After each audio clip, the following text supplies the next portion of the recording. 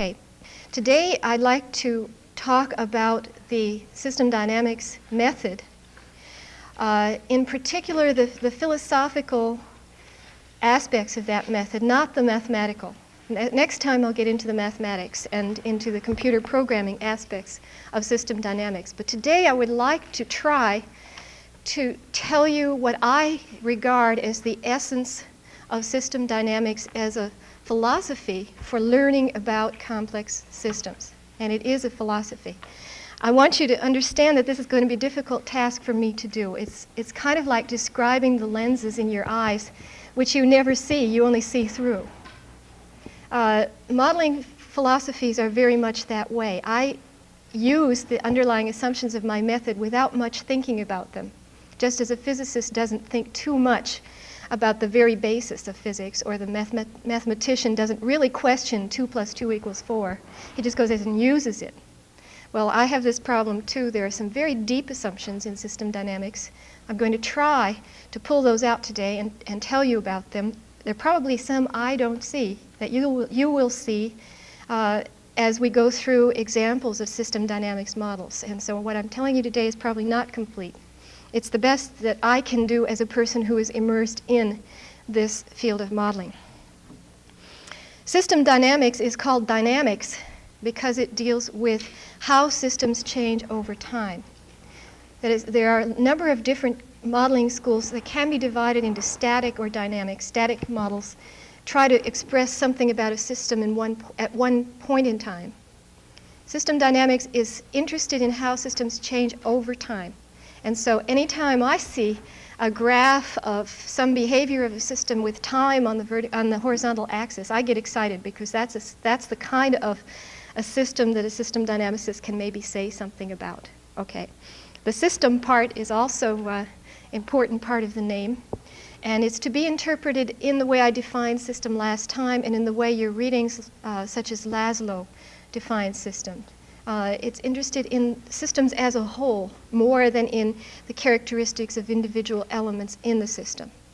It is an attempt to take the systems philosophy as the two readings from last time laid it out and to make it concrete so that you can explore whole system behavior using the computer as a tool to help you do that. Now I'm going to talk about four of what I think are the most important aspects of how system dynamics does that today. And those four aspects are causal linkages, feedback loops, rates and levels, and structural behavioral relationships. You don't have to write all that down because I'm going to go back over each one in some detail. So let me start with causal linkages. You saw last time in the deer model that I started each model by a causal diagram where I just made arrows showing what I thought was connected to what in the system. And that's typically the way a system dynamicist begins thinking about a system. We don't always succeed, but we try in including in our models relationships that we think are truly causal. That is that we can when we make an arrow from one element to another element, we think we can explain the actual mechanism in the real world by which element A causes element B to change. Causes. That is, we're trying to get at a mechanism that truly exists, linking those things so when one thing changes, another thing changes. And you should be able to ask a system dynamicist, what cause do you mean by that arrow? And he should be able to tell you what mechanism he had in mind. In fact, ideally it should be very clear and you shouldn't even need to ask. For example, if we write, as in the deer model, births influence the population. That's not only causal, that's almost definitional. It's so obvious. As soon as a deer is born, it's a member of the deer population, right? And there's a plus sign there, meaning that more births give you more deer. And that should be, ideally, in a system dynamics model, any relationship like that is so causally obvious that you hardly have to question it. They're not always as obvious as that one, but we're trying for that. And let me distinguish that approach from another one which you will see in several kinds of modeling later, which is a correlational approach, in which the elements in the model are not necessarily causal, but are simply correlated. And that means that two elements that are connected in the model vary together in some way, but not necessarily because one causes the other. They simply are associated together. The best way to illustrate that is with an example. The light's down on that, just a little. This is a graph taken at one point in time for as many nations in the world as we have data about, of doctors per person, per 100,000 people in the population, versus vegetable calories available in the diet per person per day. In other words, this is a measure of health services per person. This is a measure of food available per person. This is all in the year 1971 for various countries of the world. Here's Russia, the USA, Germany, Brazil, India, just to give you an idea. Now this is just, at the moment, it's a scatter diagram. It just takes whatever the health services were and plots them against whatever the food was. Now I've drawn a line there which indicates I see some sort of correlation between those. It seems that countries that have low diets, low food, are also low in health services, and countries that are high in one are high in the other, although there's much more scatter on the high end than there is on the low end. Now, you can do a lot of statistical analyses on this kind of a plot. In fact, we will do that later in the course.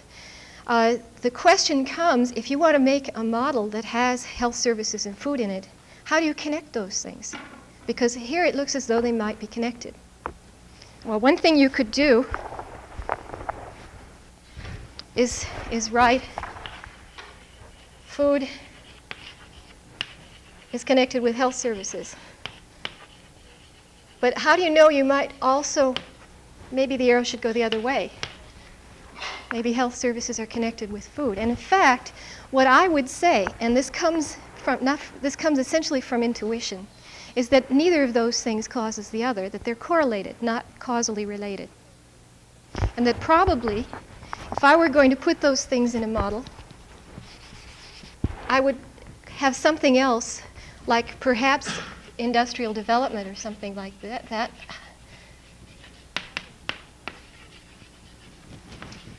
causing both of those things. Therefore, they are linked. Sorry, let me put that up so you can see it. They are linked, but they're not necessarily directly causally linked. They're linked through a third factor. Since they are linked, it's possible to link them in a model directly and say when food goes up, health services go up, or when health services go up, food goes up. It's probably not a false thing to do. But a system dynamicist would try to do it in a causal way, such as that. And that's a hypothesis, of course. We'd have to go on and try to prove it. Just to make that point a little clearer, let me describe to you a model I did make that did have these elements in it. What I was trying to do was to understand how populations grow, and that involves understanding death rates, and that involved, I thought, my hypothesis was, those two factors. And I also made some other scatter plots. In this case, I'm plotting life expectancy on the vertical axis, and in this case, vegetable calories per person per day. Now, this is food per capita on the horizontal axis. And you can see another relationship. It's not a linear relationship, and this is another distinction I should make right now, the distinction between linear and nonlinear relationship. It's clear from this graph that if diet has an influence, a causal influence on life expectancy, it doesn't have a linear influence forever and ever. That is, you give people more food and more food and more food, and their life expectancy keeps on going up in the same proportion. A linear relationship would look like that, or like that, or like that, or something. But it would tell you that you keep giving people food and they will keep on having a longer life expectancy. This relationship is clearly nonlinear. It's another nonlinear relationship between health services and life expectancy. And this is common sense. It tells you that if you give people a few doctors and hospitals, their life expectancy will increase very fast. But if you give them more and more and more, eventually you get to the point where, in fact, giving them more has no effect on life expectancy at all anymore. And causally, intuitively, from what you know about the world, that makes sense. Okay. Another thing about the causal relationships included in system dynamics models is that we very often make them nonlinear. We expect them to be nonlinear. We sort of rejoice in nonlinear relationships. We have special ways of representing them. And we go under the assumption that most relationships in a system are, in fact, like this, nonlinear. Now, let me show you how I, in fact, connected these things in a model.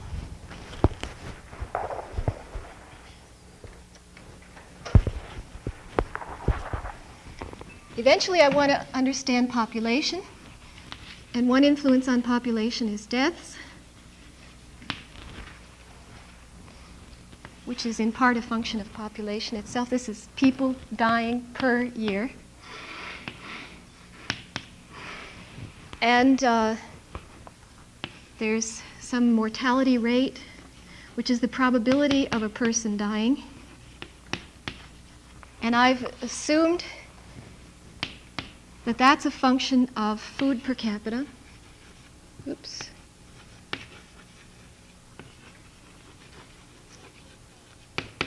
More food, less mortality. So that's a minus sign. And health services per capita.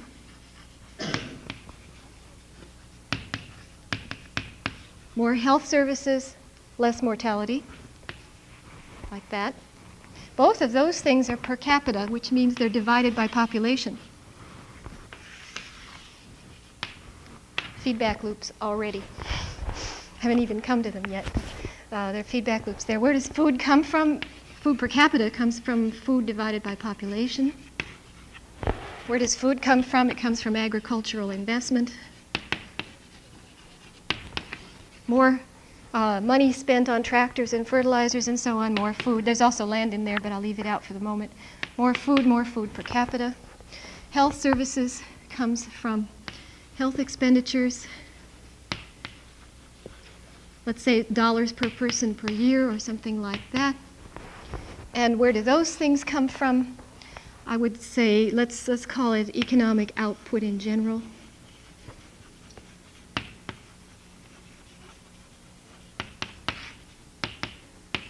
And that comes from industrial capital and labor and a lot of other things. And you can see how easy it is to get into an infinite regress.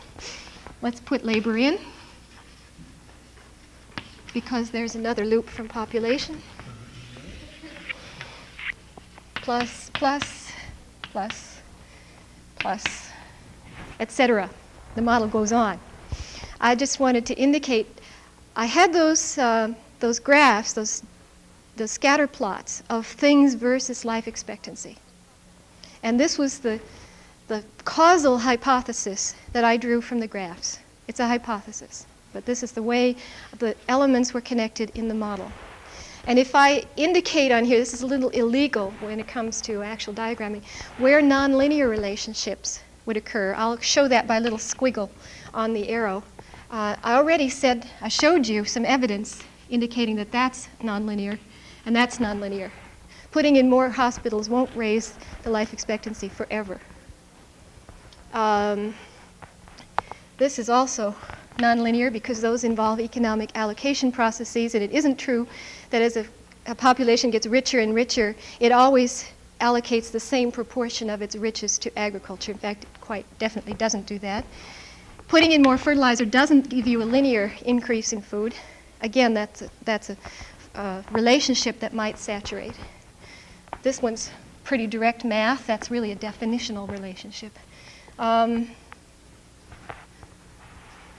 Nonlinearities there and there too.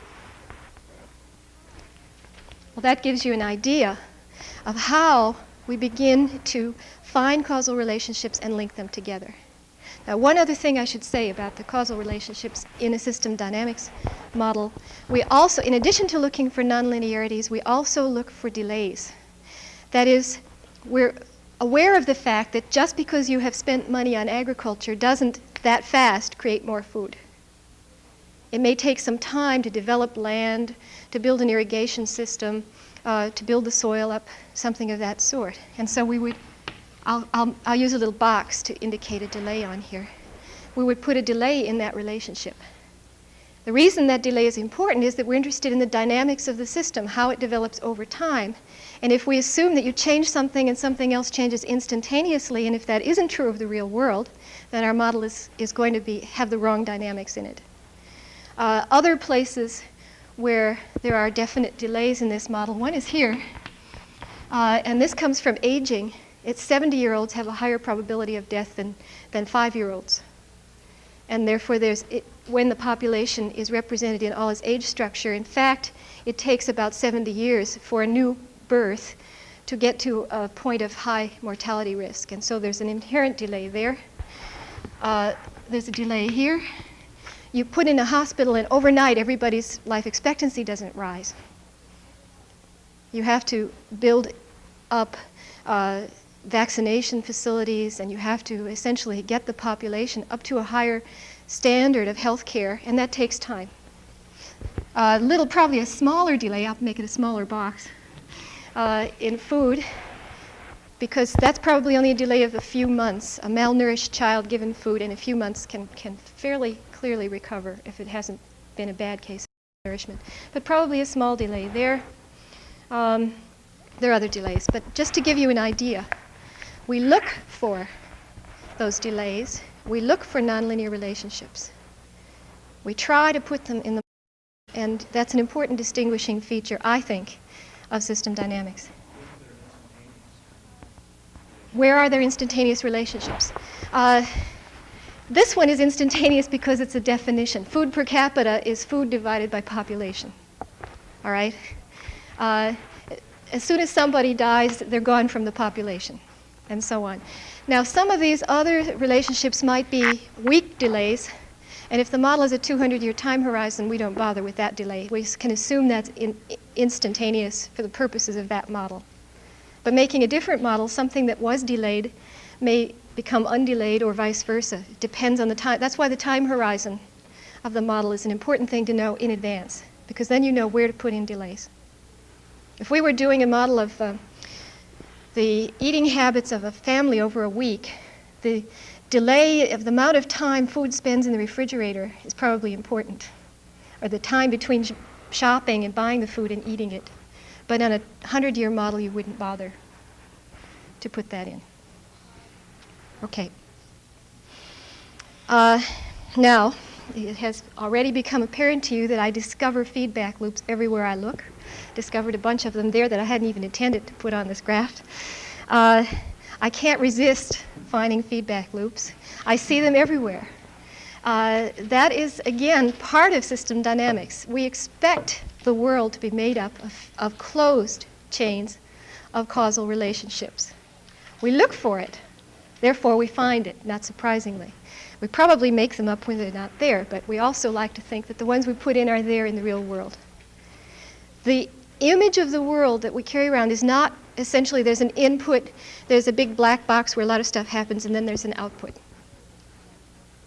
That is an image of the world you hear in a lot of political speeches if you kind of listen. It's what I call an open system view of the world, open loop view of the world. You push something and then something comes out. What we look for is a relationship like this. And now I will put up on the board essentially the ultimate feedback loop, the basic feedback loop, which we think every sub-specific case is an example of. And that is, there is something we'll call the state of the system. This is some measurable, visible indication of how the system is, how it's behaving, what condition it's in, what its quality is. And then there are actions or decisions or changes designed to alter the state of the system. Okay? And this is the politician's point of view. I'm going to do a policy and it's going to change things. Okay? I'm going to build roads and it's going to decrease highway congestion. I'm going to build new housing in the cities and it's going to decrease slums. etc. This is the visible part of the system. It's the part where human beings are acting in order to change something. There's also, in our point of view, an invisible part, which says that those actions are taken on the basis of what the state of the system is. There's some information that causes the decision to be what it is. And that completes the feedback loop. And this dual relationship we always are looking for. When somebody says he's going to change the system this way, we look for how the system is then going to feedback and change future decisions, future policies, future actions. Okay, so essentially there's information flowing on that lower link and some visible system change on the upper link. Just to give you an example, picture yourself going to a party Friday night, and in front of you is a keg, okay? And in your hand is an empty glass. Got the picture? Okay. The state of this system is level of beer in the glass, let's say, which at the moment is 0, right? And you take an action which is to turn the spigot on the keg to fill it up, all right? So this is, let's say, openness of spigot. We'll define that in centimeters or something like that. Okay, that's the amount that you have to turn the thing to make it go. And obviously, you open the spigot in order to increase the level of beer in your glass. There's a very important other element, in fact, in that decision. That's your goal, right? So this is desired level.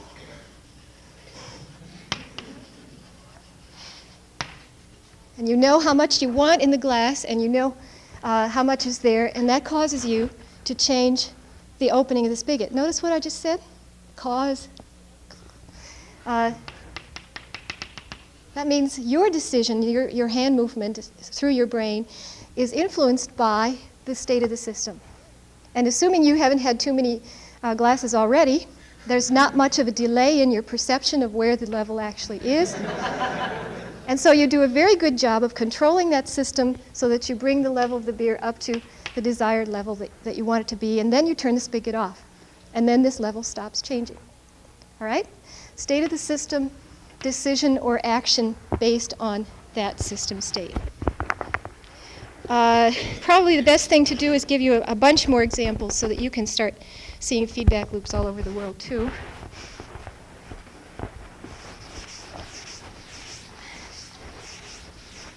By the way, as I go, I should tell you whether they're positive or negative feedback loops.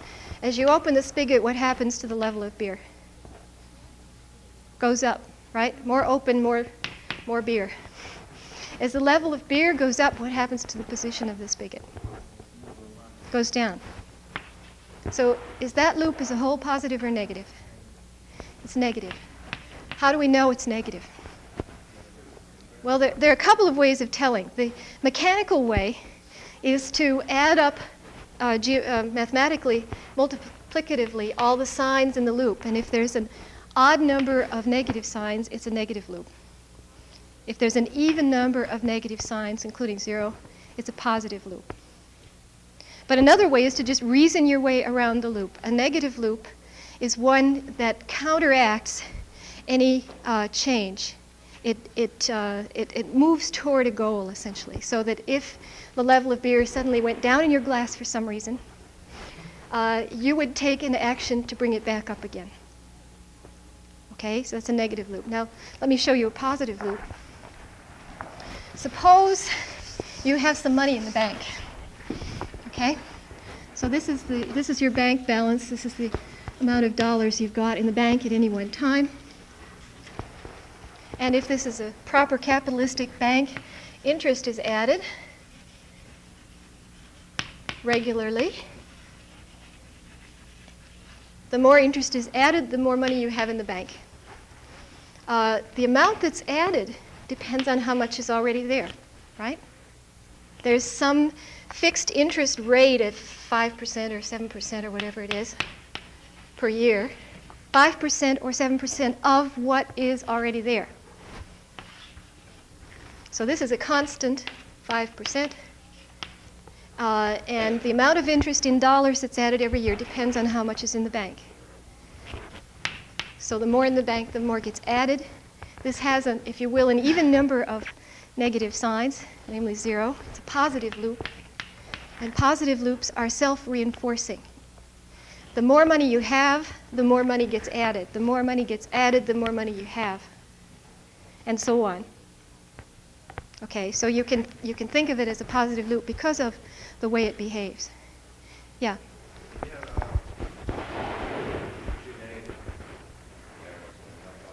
That's a positive loop. Yes. 2 negative arrows means an even number of positive signs. I'll see if I can find you an example of that and show you. It also will be self-reinforcing. Yeah. I'll get to that later in the period. That's a good question. Let me just give you some complicated examples, because I don't want you to get the impression that loops occur singly. We may pick them out to look at singly, but in fact, almost always we find loops embedded in loops and connected to loops and so on, and then things get a little complicated. I'll just give you one quick example of a multiple loop model, and this is in fact a piece of an energy model that the System Dynamics group actually made. Let's say we have oil in the ground in Texas, and we have a certain amount we haven't discovered yet. We'll call it unproven reserves. They're there, we're pretty sure they're there, but we haven't really counted up to see where they are or how much there is there. And then you've got a total amount that was once at least in the ground, total. And those together will define the fraction of reserves remaining.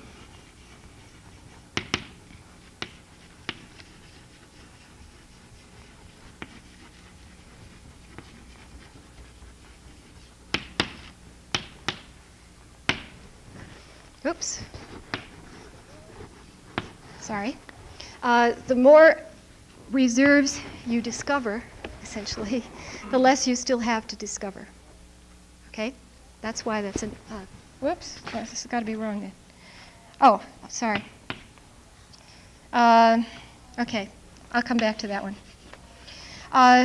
There's an assumption which really is based on geological evidence that as you draw down the reserve of oil, to get the rest out becomes more expensive. That's because it's deeper, it's in smaller pockets, it's harder to find because you find the easiest, biggest pieces first, and so on. And so as the fraction remaining comes down, the cost of finding more and extracting it goes up. All right, so that has to be a negative relationship. Let's call it the cost of exploration.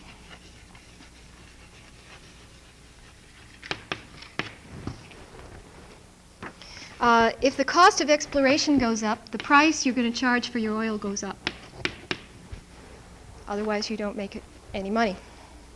If your price goes up, the revenues coming into the oil company, that's essentially the total money flow coming in, goes up. If the revenues go up, you can invest more in finding more oil. I think if you've listened to the debates this winter on natural gas, you have heard this argument. Let's call it investment in exploration.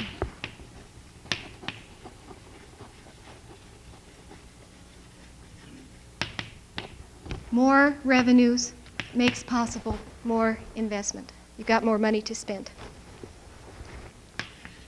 And if you spend more, you'll discover more.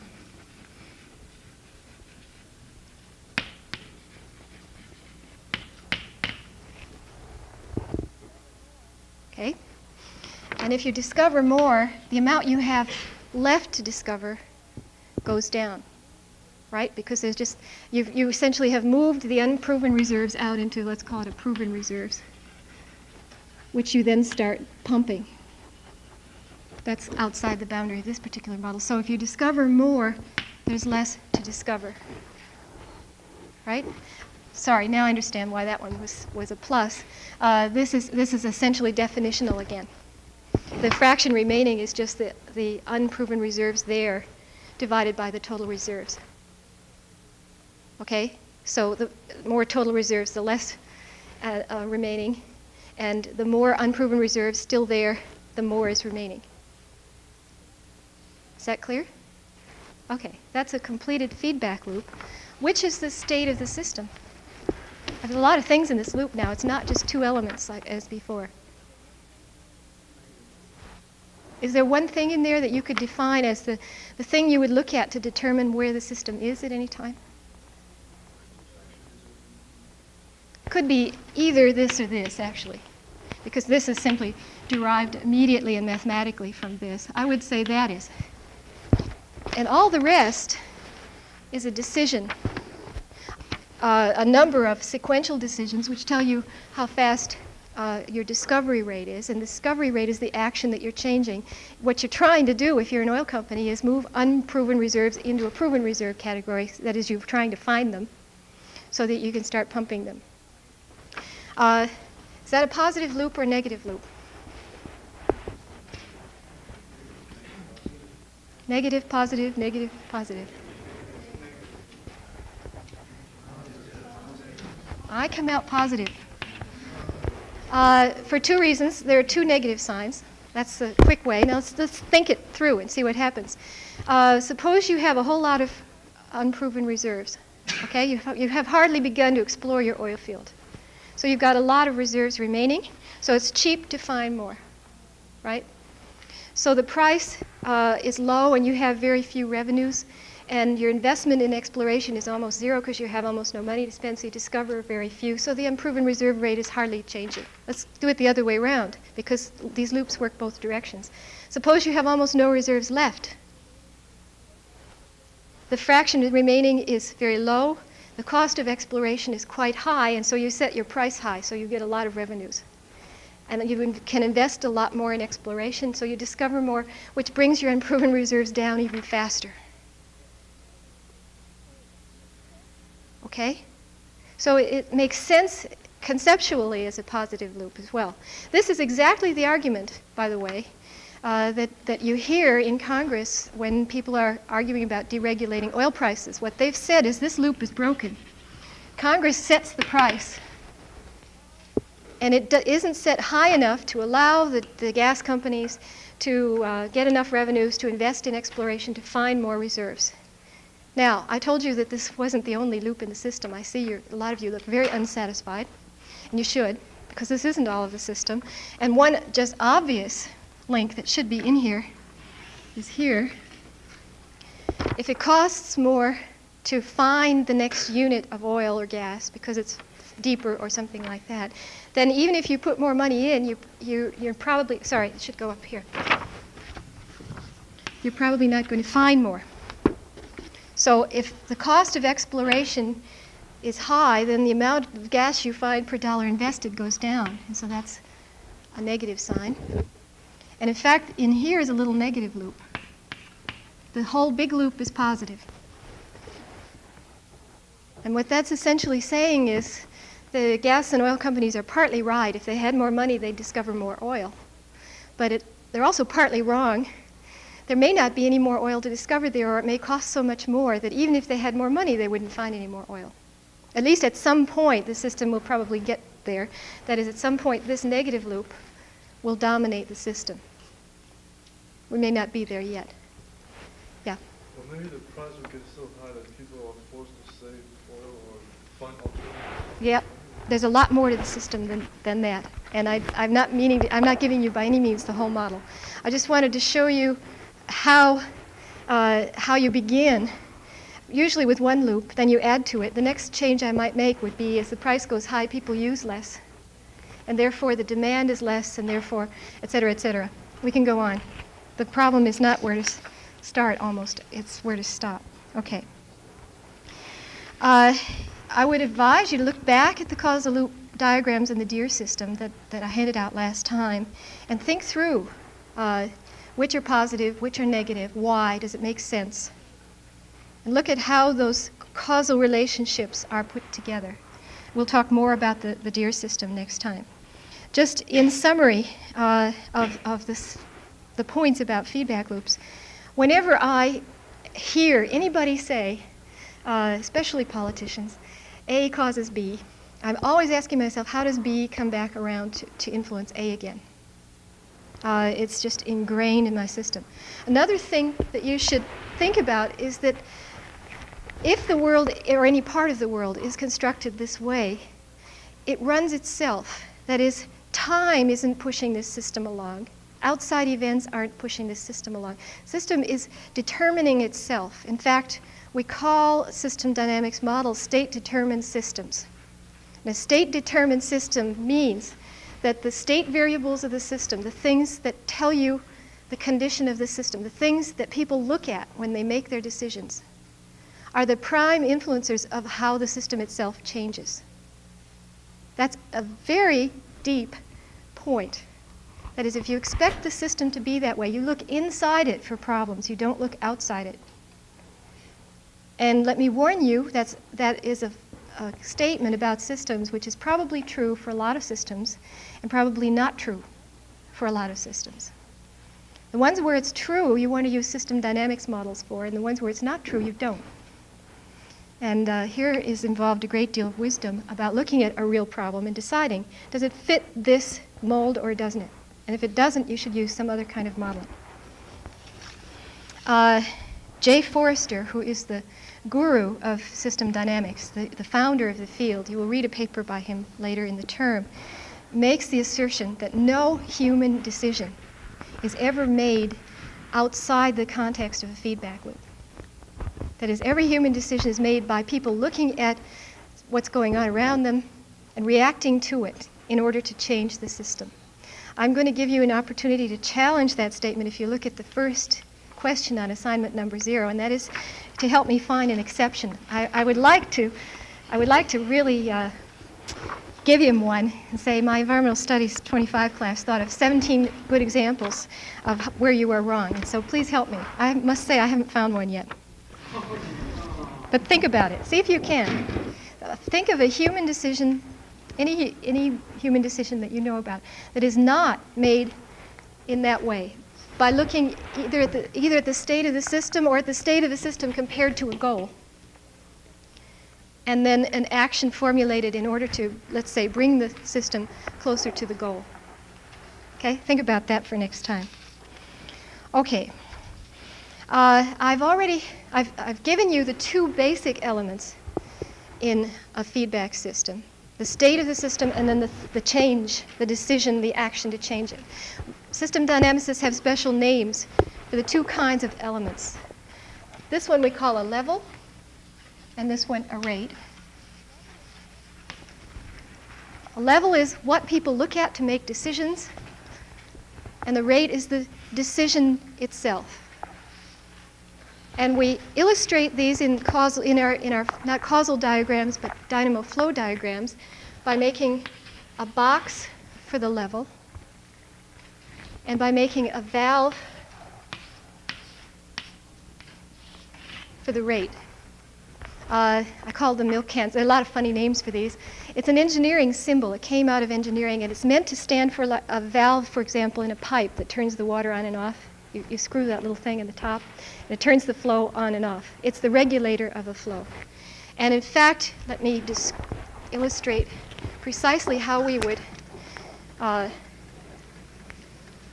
designate the basic feedback loop in system dynamics dynamo notation.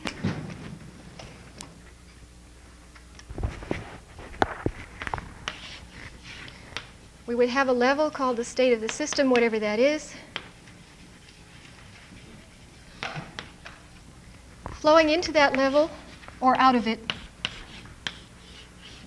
would be the action or the change or the decision.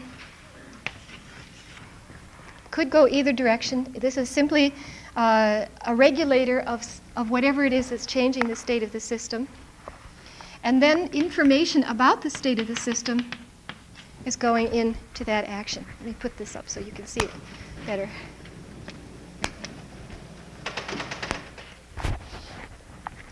And if there's a goal of some sort, let's assume for the moment that it's a constant goal, although it needn't be, then that is also part of this decision function. Okay? The actual change, the thing flowing in or out of the level, is shown by a solid arrow. The information that goes into the decision is shown by a set of dashed arrows. There may be a lot of other information. There may be other system states that go into the decision. Can get very complicated. And if you look again at the deer model example, you can see some more complicated examples. Let me show you for the little systems I've given you here, how we would make this into a level rate diagram. The level of beer is obviously a level.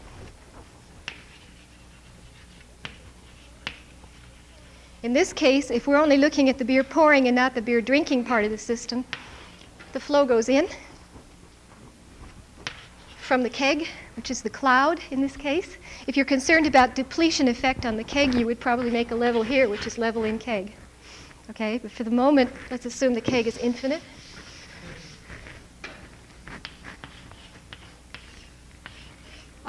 There's a beer flow rate, let's say, which is actually what's determined by the spigot setting. And that beer flow rate depends on how much beer is there and on the desired beer level. And let's say that's a constant. Okay?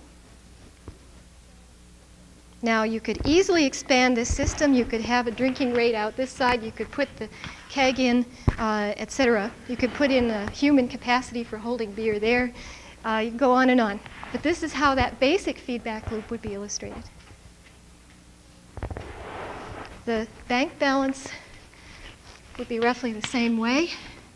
This is money in the bank, which is a level state of the system. From the bank's infinite resources flows interest added.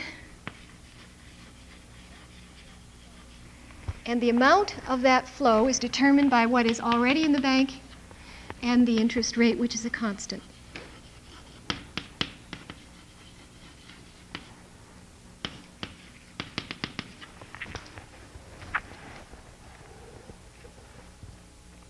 Now, I won't show you all of this system because it'll take a little long to illustrate, but it's sufficiently more complicated that we should at least begin. Let's make unproven reserves the level.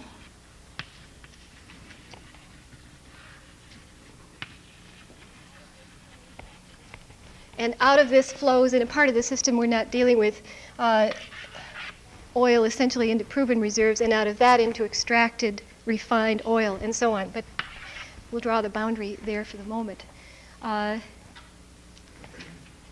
Fraction reserved remaining, we would illustrate this way with a circle. A circle means what we call an auxiliary.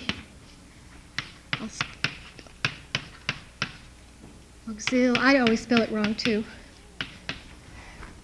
An auxiliary is really part of a rate equation. But in this case, we're wanting to spread the rate equation out into several steps. Okay? And so we'll illustrate a chain of these auxiliaries which will come back to a rate. Fraction reserves remaining. And this is a function also of the total reserves that were there in the first place. This is only necessary for calculation purposes. And then that tells us something about the cost of exploration, which is also an auxiliary.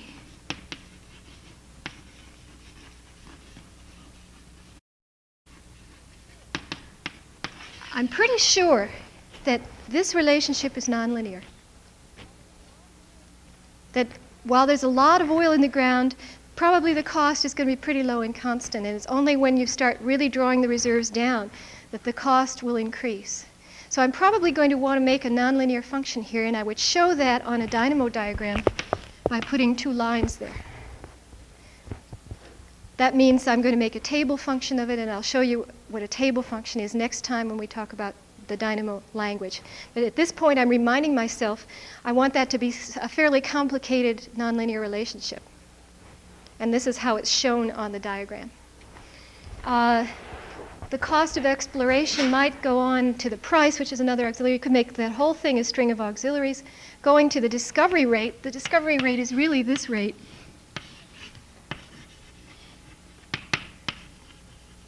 So we'd have a string of auxiliaries coming around here, each of those elements. And as oil is discovered, it's moved out of the unproven reserve category into the proven reserve category.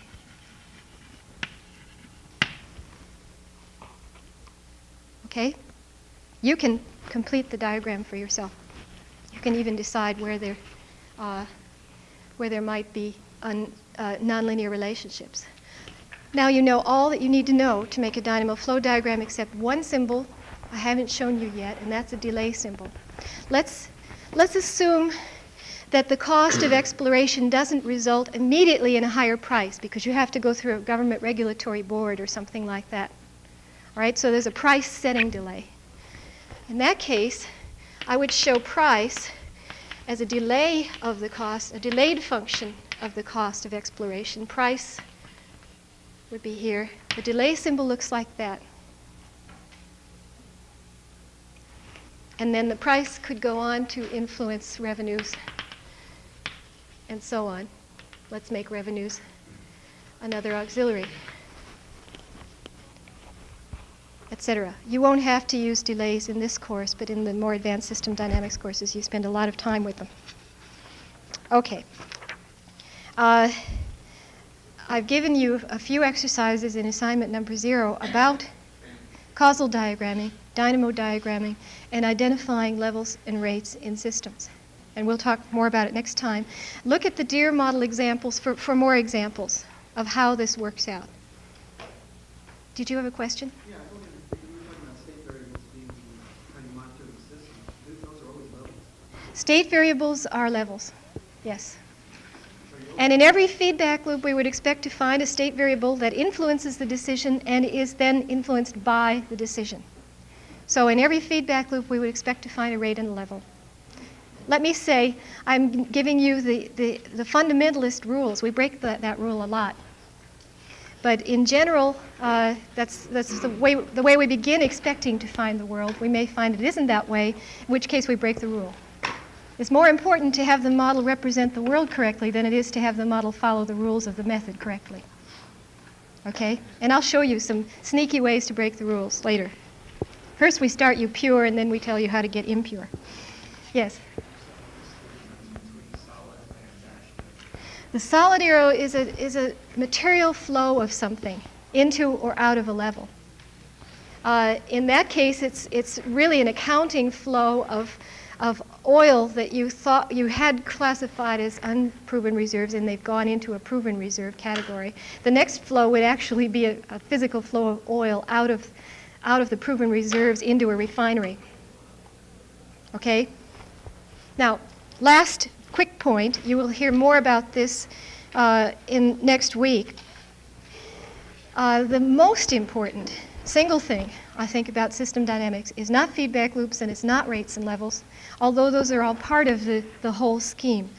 The most important thing is that when we've come this far in analyzing a system, we gain a lot of knowledge about how a structure of interrelationships generates a dynamic behavior. I've already given you an indication of that today. For example, I said a positive feedback loop reinforces itself. Anytime I see a positive feedback loop in a system, I expect that it's going to behave over time like that, or like that, depending on whether it's reinforcing itself positively or negatively. That is, a positive feedback loop generates exponential growth or exponential decline. And that's a theorem which I can prove to you mathematically, but I won't do in this course. I hope to give you a sort of gut feeling for why that happens. And you'll see it happen in the Kaibab model, because the positive feedback loop of deer in births and deer in births generates the exponential growth in that system. Whenever I see a positive feedback loop, assuming it's not influenced by other things, all by itself, I expect exponential growth. That's how your bank balance will grow if you don't take any money out. Okay? A negative feedback loop over time will behave in a goal-seeking fashion.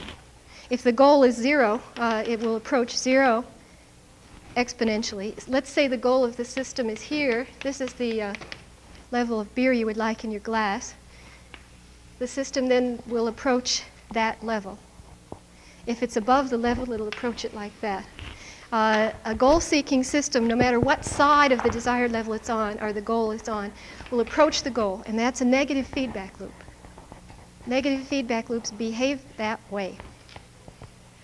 Mathematically, we'll go into that a little more next time, and a lot more if you take any of the advanced courses in system dynamics. Now, it goes further than that. For example, a negative and a positive feedback loop hooked together. If there are no delays in it, I know, as a system dynamicist, can only behave like that. The positive loop runs this part, and the negative loop runs that part. If there's a delay, it can do that, or it can do a lot of other things. And things get very complicated as you start linking these things together. But as part of the essentially working knowledge of every system dynamicist are a bunch of theorems, axioms really, about how certain kinds of causal structures generate certain kinds of dynamic behaviors and vice versa. And this is extremely important because it gives the modeler a clue about how to go into the real world, observe a behavior, and make a model of it. It's not always a perfect clue because as systems get very complex, your intuitive understanding breaks down and you have to go to the computer to figure out what the dynamic behavior of a whole lot of linked feedback loops might be. But in general, if I see in the world somebody just comes to me and describes a problem as of something growing exponentially, I immediately ask myself, where is a positive feedback loop? Where is there some set of self-reinforcing causal factors? And if somebody describes to me a system that's really stagnant and they're trying to get it moving and it won't move, I look for a very strong negative feedback loop that's always pulling that system back to a goal, and so on. It's more complicated than that, and I won't be able to teach you all of these axioms in the short number of lectures that I have in this course. But I want you to get the idea that that's a set of mental tricks that provides a system dynamicist with a clue about how to model the world, about how, if his model is behaving wrong, to find where the mistakes might be, and so on. That is going always back and forth from structure to behavior and from behavior to structure. What the modeler tries to do is make an image in the computer of just those causal factors that are creating a real-world behavior that he wants to understand. And next time we'll get into the mathematics of this and how to translate statements about the system of this sort into a language that the computer can understand.